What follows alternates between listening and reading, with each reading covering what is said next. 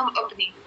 ऐसे ही भगवान ने हमें शरीर, परिवार, धन, संपत्ति, योग्यता दी कि हम इसे काम में ले और दूसरों की सेवा में लगाएं, पर हम उसे अपना मान बैठते हैं। यही बेईमानी है। दूसरा, मूर्खता। भगवान ने हमें समझ दी है कि हम कुछ भी इच्छा करते हैं, वो इच्छा करने मात्र से वो पूरी नहीं होती। उसके लिए मेहनत करें, उद्योग करें, फिर अगर वो हमारे प्रारब्ध में लिखी होगी तो वो मिलेगी। कर्म करने का अधिकार भगवान ने हमें दिया है और भगवान उस कर्म का उचित समय पर फल देते रहेंगे। इसलिए हमें तो अपने अच्छे कर्म करते रहने चाहिए, तो ही उसका सही फल मिलेगा। परंतु गलत कर्म करने से फल नहीं, भगवान दंड देते हैं। पर प्रॉब्लम ये है कि हम कामना कर बैठते हैं। हमें पता है कि हमारे इच्छा करने से हमें कोई फायदा नहीं होगा। जैसे अभी जितने भी जेल में लोग बैठे हैं, वो किसी न किसी इच्छा करने की वजह से ऐसे कार्य करते हैं, फिर उन्हें दंड भुगतना पड़ता है। जैसे सेठ जी कहते हैं कि मैं जैसा चाहता हूँ वैसा ही होता है, क्योंकि उन्होंने अपनी इच्छा को भगवान की इच्छा में मिला दिया। अब जो भगवान चाहते हैं वही उनकी इच्छा होती है। ये संसार दुखालय है। यहाँ से सुख की कामना करना भूल है।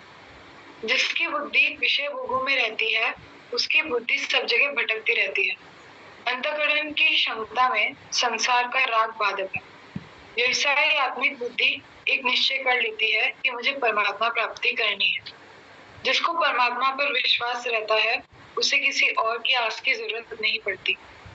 नारायण नारायण नारायण नारायण। वाह, बहुत अच्छा। तो मूर्खता और बेईमानी अगर हम छोड़ दें तो जन्म मरण मिट जाता है। अब अगर हम मूर्खता और बेईमानी भी नहीं छोड़ सकते तो फिर मनुष्य होने का क्या मकसद है? भगवान ने तो इस उद्देश्य से हमें मनुष्य बनाया कि हम कम से कम मूर्खता और बेईमानी तो छोड़ेंगे। अब वो भगवान किसी पशु पक्षी से तो ये आशा नहीं कर सकते ना कि वो मूर्खता बेईमानी छोड़ेंगे, क्योंकि उनके पास उस तरह का विवेक भी नहीं। भगवान ने हमें शक्ति दी है, सामर्थ्य दी है, स्वाधीनता दी है, समझ दी है। शक्ति, स्वाधीनता, समझ। फिर भी यदि हम अगर इन दो चीजों को नहीं छोड़ सकते तो हमसे क्या आशा करें कि हम भक्ति करेंगे, हम सेवा करेंगे, हम आत्मा को जानने की कोशिश करेंगे। ये तो तब हो कि जब कम से कम हम असाधन का तो त्याग करें। उसके बाद में साधन करने की बात आती है। तो हम सबको अपने अपने बारे में गंभीरता से विचार करना चाहिए कि भाई वो चीज तो हमको छोड़नी चाहिए कि जो हमारे लिए नुकसानप्रद है। बेईमान को कोई पसंद करता है क्या संसार में? किसी भी जगह यदि आप काम करने जाएं अथवा कोई बिजनेस करें तो आपको अगर लोग जान ले बेईमान है तो न तो नौकरी मिलेगी, न आपको कोई बिजनेस में आपका कोई आपके पास ही नहीं आएगा। ये कम तोलता है, झूठ बोलता है, तो बेईमान है ना। लोगों की चीजों पर अपना हक जमा लेता है, लोगों की जमीनें हड़प लेता है, तो उसके पास कोई आना नहीं चाहता। तो जब संसार में हमें लोग पसंद नहीं करते और दूसरा मूर्ख को कोई पसंद करता है क्या? कोई नौकरी में भी पता लग जाए मूर्ख है तो उसको कोई नौकरी भी नहीं रखता। और मूर्ख आदमी बिजनेस करेगा तो वो अपनी मूर्खता के कारण खुद ही चला जाएगा गर्त में। तो कम से कम हमें थोड़ा अपने बारे में विचार करना चाहिए कि भाई क्या हमने ये निर्णय किया है कि कम से कम बेईमानी छोड़ेंगे। बस एक छोड़ने से भी दोनों का काम हो जाएगा। यदि हम भगवान की चीज है उसको अपना मानना बंद कर दें, फिर काम में लो, कोई बात नहीं। जैसे कंपनी की वस्तु है, हम काम में तो लेते ही हैं, मकान भी काम में लेते हैं, सामान भी काम में लेते हैं, पर अपना नहीं मानते, तो ठीक है, ले सकते हैं। भगवान ने भी हमें ये वस्तुएं दी है काम में लेने के लिए। परिवार दिया है, शरीर दिया है, बुद्धि दी है, विवेक दिया है, धन संपत्ति भी दी है, तो इनको काम में लो, इनसे सेवा करो, दूसरों को सुख पहुंचाओ, दूसरों को आराम दो, पर बदले में कुछ मत चाहो। और बदले में कुछ चाहेंगे तो हम खुद ही दुख को आमंत्रित करते हैं। इसका एक उदाहरण देता हूँ। जैसे मान लीजिए कि हम अपने माँ बाप की सेवा करते हैं, लेकिन बदले में चाहते हैं कि ये हमको धन दे देंगे, तो अगर उन्होंने वो धन आपको नहीं दिया तो आपको दुख हो जाएगा कि नहीं? तो इसलिए इसी प्रकार की इच्छा न रख करके और सेवा कर दो। और ये मत सोचो कि हम चाहेंगे तो हमें मिल जाएगा और नहीं चाहेंगे तो नहीं मिलेगा, ऐसा नहीं है। वो आपको मिलना है वो मिल ही जाएगा, आपको नहीं मिलना है तो आप कितना भी चाहो नहीं मिलेगा। इसलिए इस बात को स्वीकार करके बिल्कुल निष्काम हो जाना चाहिए, कामना छोड़ देनी चाहिए। मेरे पास कई रोगी आते हैं, वो सिर्फ डर के कारण से वो रोगी है, डर के कारण से। और वो डर क्या बात का है कि छाती में दर्द आ गया, कहीं हार्ट अटैक तो नहीं है, और हम उनको सारी जांचें करके बता देते हैं कि आपका हार्ट बिल्कुल ठीक, फिर भी वो इस डर को नहीं छोड़ पाते। क्यों? जीने की कामना। अब मैं उनको दवाई के साथ साथ कुछ बातें भी बता देता हूँ जिससे उनका डर दूर हो। मैं उनको ये कहता हूँ, अच्छा आप ये बताओ कि आप हिंदू धर्म को, सनातन को मानते हैं, भगवान को मानते हैं? हाँ मानता हूँ। तो फिर ये बताओ, क्या एक श्वास भी कोई ज्यादा ले सकता है? तो वो कह देते हैं नहीं ले सकते। अच्छा, क्या एक श्वास पहले भी कोई मर सकता है? तो भी वो कहते हैं नहीं मर सकता है। तो अच्छा, फिर किस बात का डर है ये बताओ। आप बताओ किस बात का डर है ये तो बताओ। जब आप एक श्वास पहले मर नहीं सकते, जब आप एक श्वास ज्यादा ले नहीं सकते, धन हो तो उससे क्या आप एक श्वास भी ज्यादा जी सकते हैं? हमारे पास पैसे नहीं है, अगर हमारा हार्ट अटैक हो गया तो जिनके पास पैसे हैं उनका हार्ट अटैक होने से वो नहीं मरते हैं क्या? मेरे को तो मिल गया आपके। तो ये बात मैं जब कहता हूँ ना, तब कुछ लोग तो मेरे को ये बोल के जाते हैं कि आज से हमारा डर मिट गया। तो क्या है कि हमें इस बात का ठीक से पता भी नहीं, बिना सत्संग के ये बातें मिलती भी नहीं। आदमी वो डर से ही मरता रहता है, डर से ही मरता रहता है। जब कोरोना फैला था ना, तब हमारे अस्पताल में प्राय सारे डॉक्टर्स छोड़ के चले गए। तो मुझे भी घर से ये बात आई कि आप भी आ जाओ, इतना कोरोना फैल रहा है, वहां पर इतने सारे रोगी हैं, आप तो कोरोना के रोगी देखते ही होंगे। हमने कहा हाँ देखते हैं, तो फिर आप आ जाओ, जब ये बीमारी मिट जाएगी तब चले जाना। तो मैं उनसे कहता हूँ कि जब लड़ाई छिड़ जाए तो सैनिक को लड़ाई के मैदान में जाना चाहिए कि घर जाके बैठ जाना चाहिए? बात तो ठीक है, लेकिन फिर भी आप तो आ ही जाओ। तो मैं उनसे ये कहता हूँ कि अच्छा बताओ, कोई एक श्वास भी ज्यादा जी सकता है? नहीं जी सकता। कोई एक श्वास भी कम जी सकता है? नहीं जी सकता। फिर किस बात का डर लग रहा है? और अगर तुम ये कहते हो कि आपको कोरोना हो जाए तो अब मेरे पास इतने रोगी आते हैं कोरोना के कि मेरे पास कोरोना कीटाणु जरूर है। अब मैं वो लेके घर जाऊंगा तो मुझे तो नहीं हुआ, बाकी तुम लोगों को हो सकता है, तो क्या फायदा हुआ? मैं ले जाके आपको कुछ लाभ तो कर नहीं सका, नुकसान जरूर कर दूंगा, इसलिए मेरे को यही रहने दो। और एक बात है कि वो सब हमारे जितने भी हॉस्पिटल का स्टाफ बड़े से छोटा सबने टीके लगवाए, और मुझे आकर कहा आप टीके लगवाओ, मैंने कहा मैं तो नहीं लगवाता। तो बोले ऊपर से मुख्यमंत्री का आदेश है, जो नहीं लगवाता उसको 10,000 रुपये जुर्माना है। मैंने कहा वो आदेश आने दो, मैं दे दूंगा 10,000 रुपये। तो आप क्यों नहीं लगवा रहे? मैंने कहा मेरी इच्छा। मुझे ये पता था कि ये जो टीका है ना, ये गाय के खून से बना है, गाय को मार करके। और मैं आपको अगर गहराई से बता दूं तो आप सब डर जाएंगे।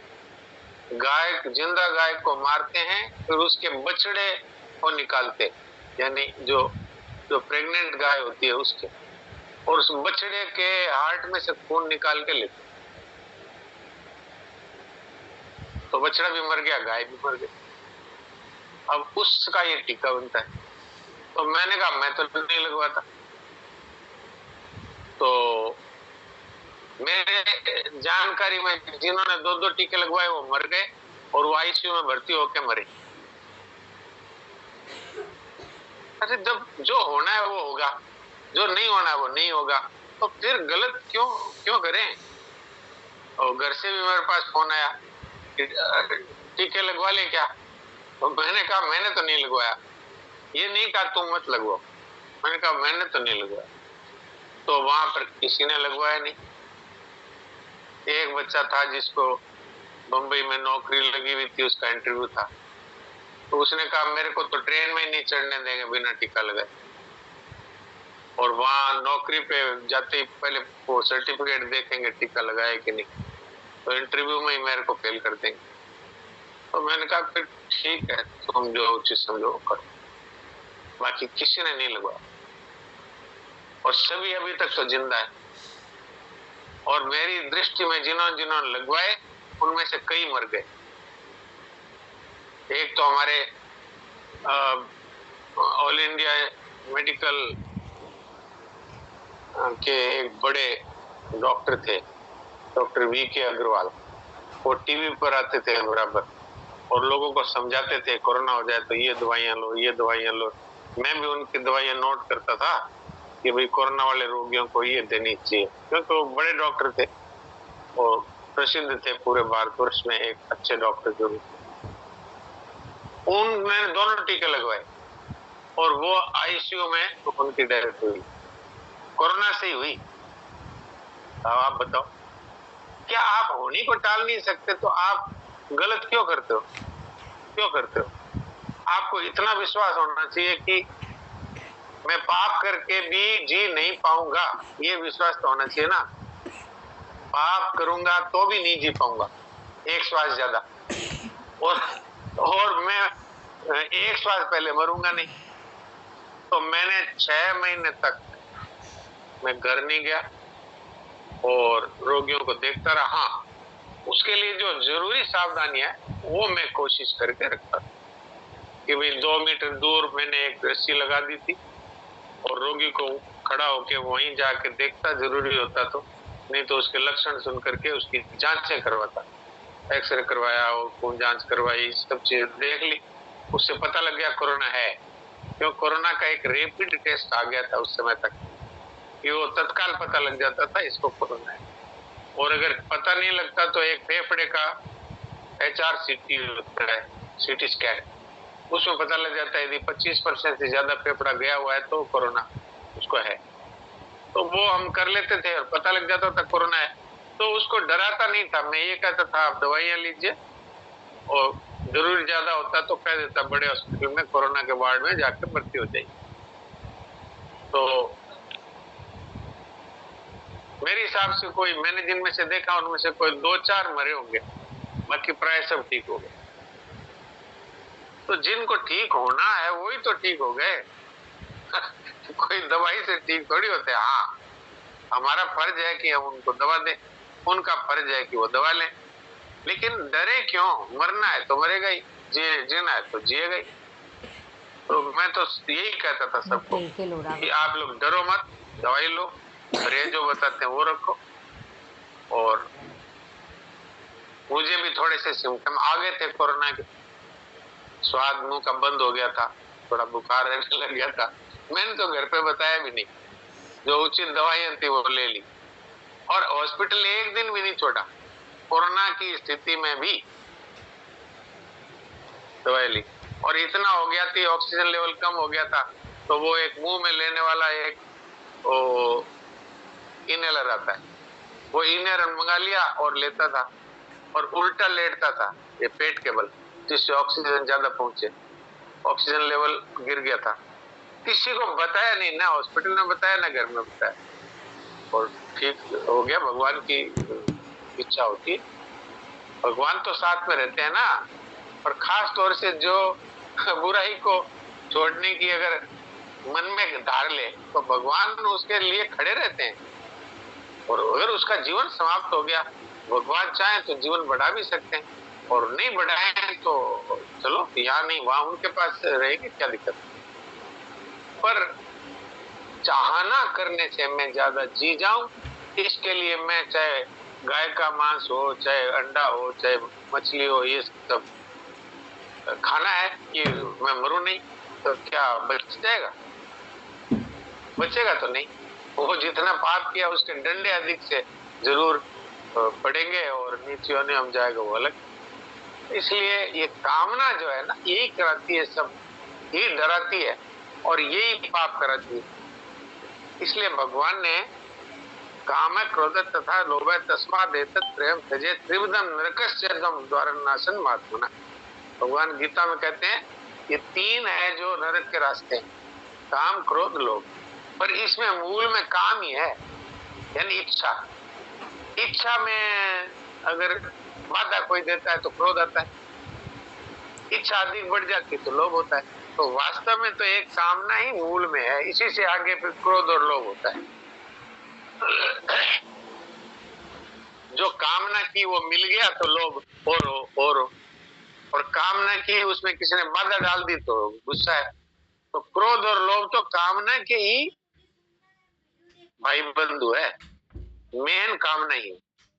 इसलिए भगवान ने गीता के दूसरे अध्याय के श्लोक में ये कहा कि जो कामना का त्याग कर देता है उसको तत्काल ही आत्मज्ञान हो जाता है। तत्काल ही, कोई साधन नहीं बताया, इतना जप करो, इतना ध्यान करो, इतनी पूजा करो, इतना पाठ करो, इतनी समाधि लगाओ, इतने वर्ष लगेंगे।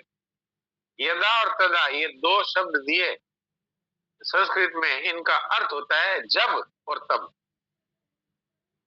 तो भगवान ने कहा प्रजाति यदा और आत्मन्यवात्मना तुष्ट तदा।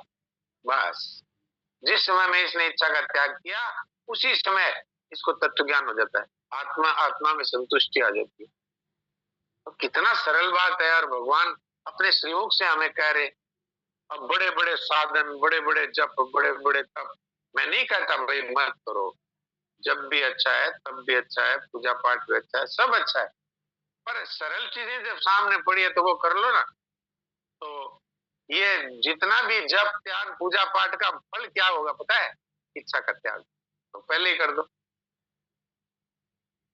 जब तक पाठ पूजा से होगा क्या, अंत में इच्छा का त्याग होगा। तो सूरज जब पहले कहो इतने ही में काम, पहले ही कर दो। तो ये है बात। तो ये एक विशेष बात है, इसलिए आपकी सेवा में एक बार फिर रख दी।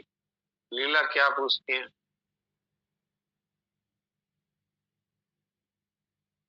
हाँ जी, लीला जी बोलिए।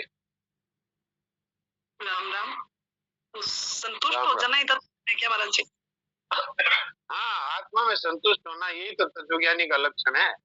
उसको तो हम लोग तो संसार में संतुष्ट हैं। वैसे तो संतुष्ट ही रहते हैं, लेकिन कभी कभी जो होता है उसको क्या समझे महाराज? कभी कभी असंतुष्टि सी होती है, बेचैनी सी होती है, उसको क्या समझे उस सब उसको महत्व नहीं, महत्व नहीं, महत्व मत दीजिए। तो उस समय नहीं, उस समय हम पहले जो संतुष्ट थे, मतलब कल फुल संतुष्ट थे, आज थोड़ी असंतुष्टि हुई है, तो वो कल वाली संतुष्टि को याद करके आज वाली असंतुष्टि को दबाएं कि कल दबाना कुछ नहीं है, दबाना कुछ नहीं है, वो असंतुष्टि है, वो तो सत है कि असत है, बताइए। नहीं, हम कल कितने संतुष्ट थे, इस तरह से याद हम हाँ सुनिए ना, मैं तो वो सुनिए, वो जो असंतुष्टि है वो सत है कि असत है? डॉक्टर साहब, असत तो सब कुछ ही लग रहा है, संतुष्टि असंतुष्टि सब असत लगता है, ये सभी चले जाते हैं, रुकता नहीं है। नहीं, असंतुष्टि है वो सदा टिकती है क्या? तो यही तो हो जाता है ना कि संतुष्टि भी सदा नहीं टिक रही है, असंतुष्टि होती है, जब सोचते हैं संतुष्टि भी नहीं टिकी। तो फिर अभी आत्मा की संतुष्टि में प्रवेश नहीं हुआ, ये वो संतुष्टि है जो बुद्धि की संतुष्टि है। तो अभी और थोड़ा आगे बढ़ना है, कहीं पर कोई कामना छिपी हुई है उसका त्याग करना है। ये बाहर की संतुष्टि है, अंदर वाली नहीं है। देखिए हाँ, देखिए आत्मा में जो संतुष्ट हो जाता है, आत्मन्य आत्मना तुष्टा, वो स्थित प्रज्ञ हो जाता है, उसकी बुद्धि जो है वो इधर उधर नहीं होती, एकदम स्थिर हो जाती है। बार बार संतुष्टि हो रही है, तो अभी हमने इसको आत्मा की संतुष्टि तक नहीं पहुंचे। इसका अर्थ है कहीं ना कहीं कोई ना कोई कामना है, ढूंढो मिल जाएगी। ज्यादातर असंतुष्टि किस बात से होती है? तुरंत आप उसको पकड़िए तो लगेगा ओ इस बात की मेरे में कामना थी, इसलिए संतुष्टि हुई। साधक तुरंत समाधान हो जाएगा। हाँ तुरंत। और साधक उसी को कहते हैं जो अपने दोषों को स्वयं देखे। चरणाजी महाराज ने आत्मनिरीक्षण को पहला नियम बताया है, मानव सेवा संघ के 11 नियमों में आत्मनिरीक्षण को पहला नियम बताया। तो इसलिए असंतुष्टि होने का मतलब ही है कि हमारी कोई कामना है। आदमी असंतुष्ट कब होता है? जब मन की बात नहीं होती।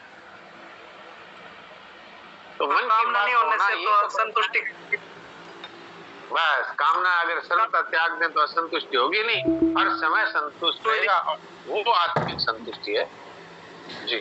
फिर असंतुष्ट का कोई रीजन भी नहीं दिखाई देता है। सवाल नहीं है, कामना त्याग कर दीजिए, भगवान के वचन है, इधर उधर नहीं हो सकते। प्रजाति यदा कामान, भगवान ने यहाँ प्रजाति क्यों कहा? जहाती का मतलब होता है छोड़ना, त्यागना। प्रजाति का मतलब होता है सर्वथा त्यागना। सर्वथा त्यागने का मतलब है कहीं पर कोई किसी कोने में भी कोई इच्छा पड़ी रहेगी तो आपको संतुष्टि पूर्ण नहीं होगी, आत्मा वाली संतुष्टि नहीं मिलेगी। तो ढूंढ लो, कोई ना कोई मन की बात नहीं हुई, तभी तो मनुष्य को असंतुष्टि होती है, तभी तो उसको खिन्नता लगती है, तभी तो निरसता आती है। तो इसलिए इसको थोड़ा पकड़ लेंगे तो जरूर ठीक होगा। और भगवान ने हमें विवेक दिया है, जरूर इसका पता लग जाएगा। जयेश भाई क्या कहते हैं? बोलिए जयेश भाई।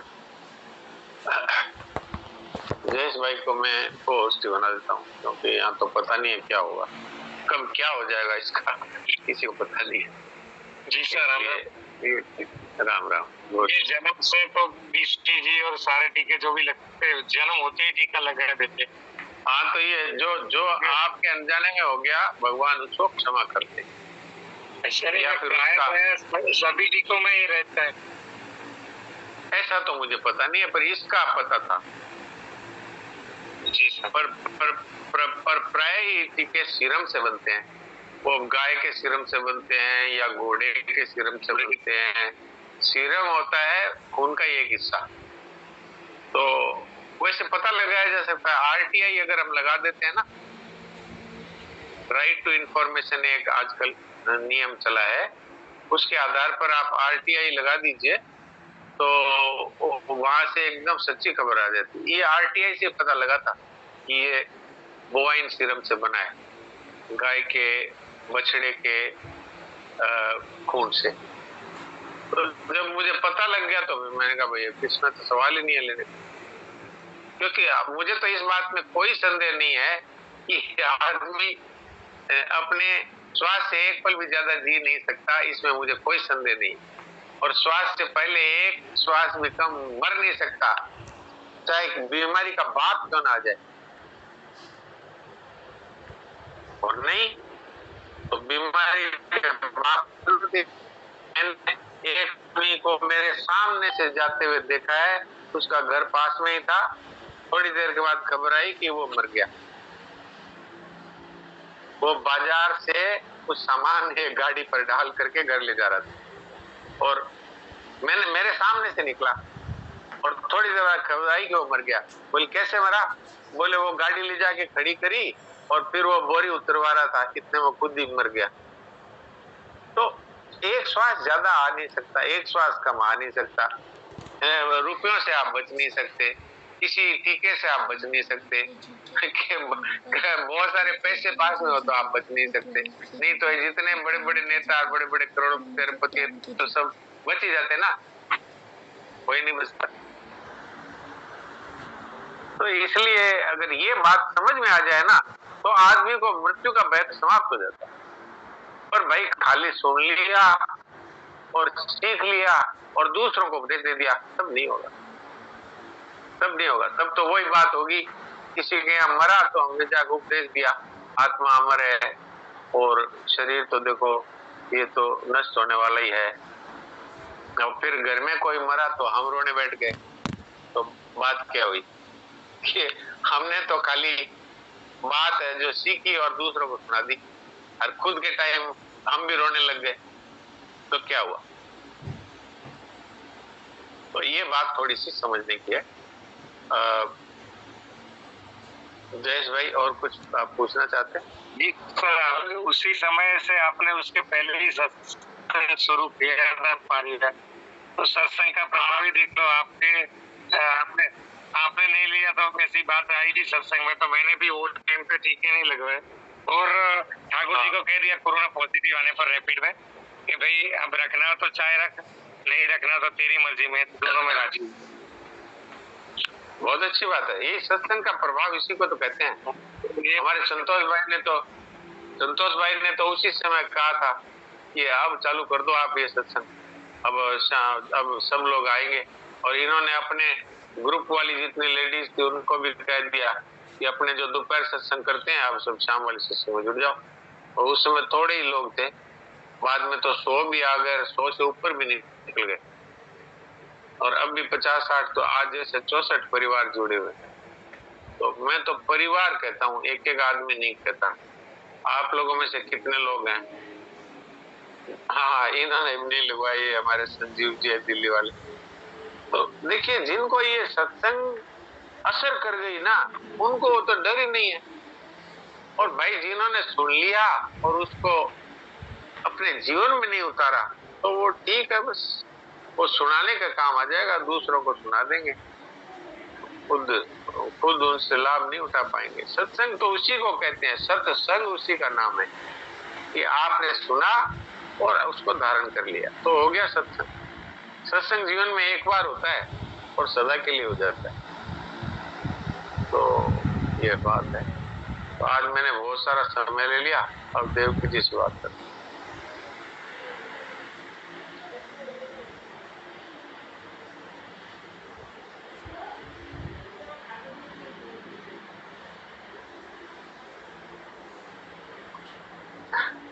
एक बात आपको सुनाए देवकी जी, आपको मैंने एक बात सुनाता हूँ, एक बात बीच में सुनाता हूँ। तो आज सत्संग से 5-7 मिनट पहले मेरे पेट में बहुत दर्द हुआ, जोर से दर्द हुआ। तो मैंने सोचा आज क्यों अभी दर्द, में तो कोई ऐसी वैसी चीज नहीं खाता हूँ। तो दोपहर में ये जो नाक वनस्पति होती है, दोपहर की शाम को 5 बजे करीब ये मैंने ये खा ली और फिर 7-7:30 बजे अभी आज पेट भारी भारी लगा तो दूध पी लिया। उसके बाद पेट में दर्द शुरू हो गया तो 5-7 मिनट बचे थे। तो मैंने कहा 5-7 मिनट लेट जाऊं और भगवान को सत्संग कराना है तो ठीक है, नहीं तो जयेश भाई को इनको किसी को पोस्ट बना के और आराम से लेटे रहेंगे और सुनेंगे। तो थोड़ी देर बाद देखा दर्द हो गया तो हमने शुरू कर दिया। अब तो याद ही नहीं आया इतनी देर में एक बार। तो ये भगवान है ना, वो सारी व्यवस्था देखते हैं। इसलिए मनुष्य को चिंता करनी नहीं चाहिए। हाँ देव की जी सुनाइए। है तो अब 1-2 मिनट बाकी जी।